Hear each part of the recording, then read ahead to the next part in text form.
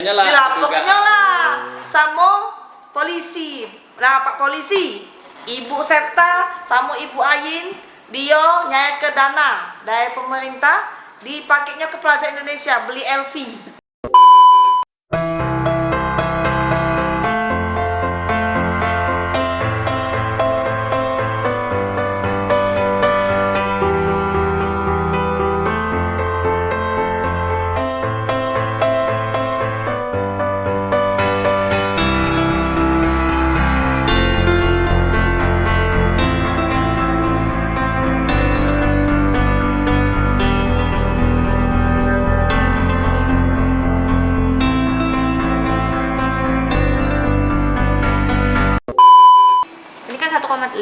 fee-nya ya. Tapi karena yang dia dibayar baru 10 juta, berarti yang dia terima ini plus ini. Sibuk Kak? Karena ini Ini?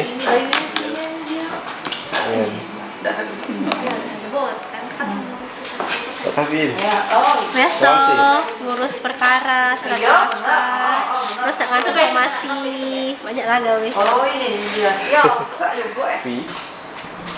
Lemak lah guys, lemak lah di bulan ini melonjak tinggi ya.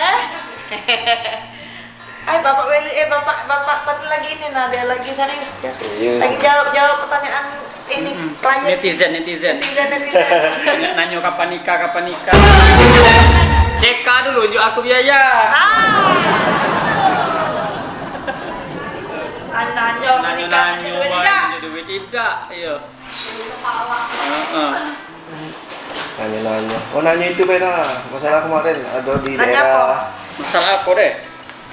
Cirebon tentang bendahara yang lapor ke Bendahara. bendahara.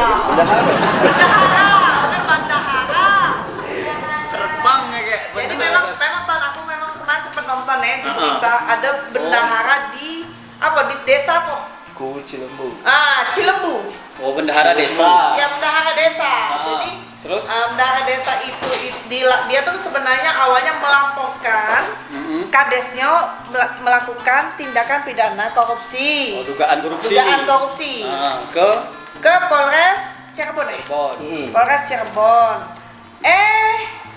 Ujung-ujungnya ternyata dia sekarang jadi tersangka. Nah, ini kita tanggapi tuh kok bisa seorang pelapor dijadikan tersangka padahal dia yang melaporkan kan kayak itu. Sebenarnya ya tergantung ya kan sebelum terjadi penetapan tersangka itu kan sebenarnya adanya DBAP dulu kan, klarifikasi waktu penyelidikan kan. Ketika di tahap penyelidikan itu kan di BAP dulu sebelumnya. Terus naik sidik kan? Sidik. Baru bisa ditetapkan terjadi tersangka itu pun tidak gampang, tidak mudah untuk dijadikan tersangka, pasti unsurnya sudah masuk.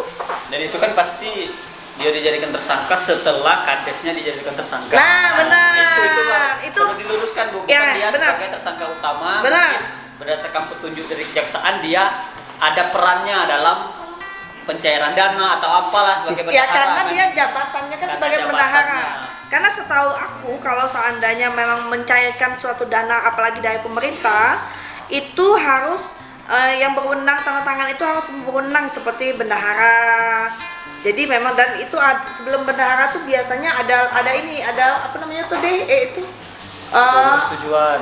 iya persetujuan tuh apa bahasanya tuh kalau di ini nih di disposisi dulu. Oh, disposisi. Nah, didisposisi dulu sama kadesnya. Nah, mungkin di kasus itu dugaan korupsi itu awalnya memang si kades itu menjadi tersangka atas laporan dari bendahara itu tersebut kan. Di sepanjang jalan proses perjalanan penyelidikan dan penyidikan ternyata si kades setelah ditetapkan jadi tersangka kan dia berperan kan dalam jabatannya tadi jadi ikut serta di Junto 55 benar. Mungkin juga kalau kita baca berita dia dijadikan tersangka langsung itu mungkin tidak mungkin. Tidak mungkin. Pasti sudah polisi dan kejaksaan kan sudah melewati prosedur hukum yang benar. Iya, tahap satunya sudah. Seandainya memang itu dianggap tidak apa kan dia kan pakai kuasa hukum kan bisa mengajukan juga pra-peradilan. Iya, pra-peradilan. Seandainya dia tidak penetapannya tidak sah, tidak benar. bukti kan. Betul. Tapi biasanya kalau dalam proses penyidikan seperti itu kan dua instansi kepolisian dengan kejaksaan kan tidak gegabah dan memberikan petunjuk benar. kalau memang tidak ada peran Unsurnya atau tidak masuk. ya unsur dan perannya tidak terbukti. Fakta hukumnya tidak terbukti. Tapi kalau saya memang terbukti ya memang mau tidak mau harus jalani dulu. Apabila memang si bendahara itu merasa tidak bersalah, silakan di pembuktian. Di pembuktian ketika sidang. Nah, tunjukkan bukti-buktinya bahwa memang dia tidak ada sangkut pautnya kan kayak Ada itu. aliran dana segala macam. Aliran dananya memang dia tidak merasa menikmati. Itu tunjukkan. Tapi memang secara jabatan memang Ada pertanggungjawaban jabatan. pertanggungjawabannya harus tetap ada gitu. Ada pertanyaan Ibu dari Wong juga kan Ya, apa pertanyaannya?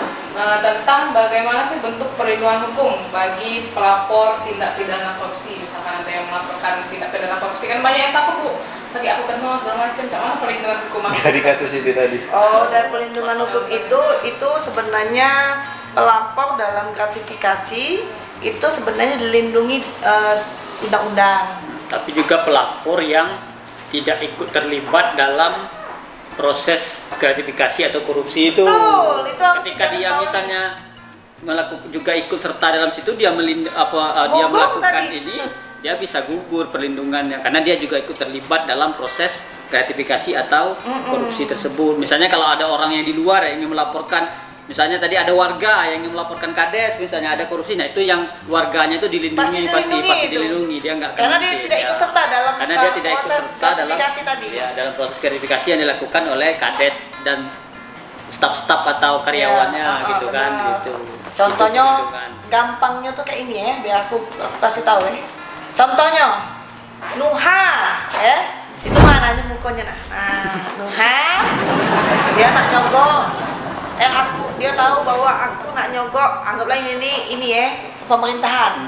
Aku nyuruh si Ayin, cairkan duit 100 juta. Ini Ayin mukanya ya. Nah, ini Ayin. Nah, Ayin cairkan duit 100 juta Ayin. Kita belanja ke Icon sana. Nah, itu contoh. Deketnya Bu. Bahasa Indonesia. Ya, bahasa Indonesia 100 juta. Nah, 100 juta tadi kami belanjakanlah berdua sama Ayin. Ayin ini bendahara. Nuhanya tidak senang tadi kan? Gara-gara tidak dikasih. Ya, dilaporkannya lah. Dilaporkannya lah sama polisi. Nah, Pak Polisi, Ibu Septa sama Ibu Ayin, dia nyayat ke dana dari pemerintah, dipakainya ke Plaza Indonesia beli LV. Nah, beli tas LV. Ting. Ya, tas LV tadi. Dilaporkan. Nah, si Nuha tadi yang melapor ke tadi itu dilindungi undang-undang karena dia tidak ikut serta dalam menikmati uang gratifikasi tadi dan tidak ada sebagai jabatan yang mengeluarkan uang tadi. Nah, itu dia pasti dilindungi. Tapi kalau si Ayin yang melapor, Ayin tadi melaporin aku, otomatis dia ikut serta. Kayak itu lah kira-kira. Itu perumpamaannya. Perumpamaannya kayak itu. Jadi kita langsung Plaza Indonesia sekarang. Jadi Dah, ya. Oke. Assalamualaikum warahmatullahi wabarakatuh.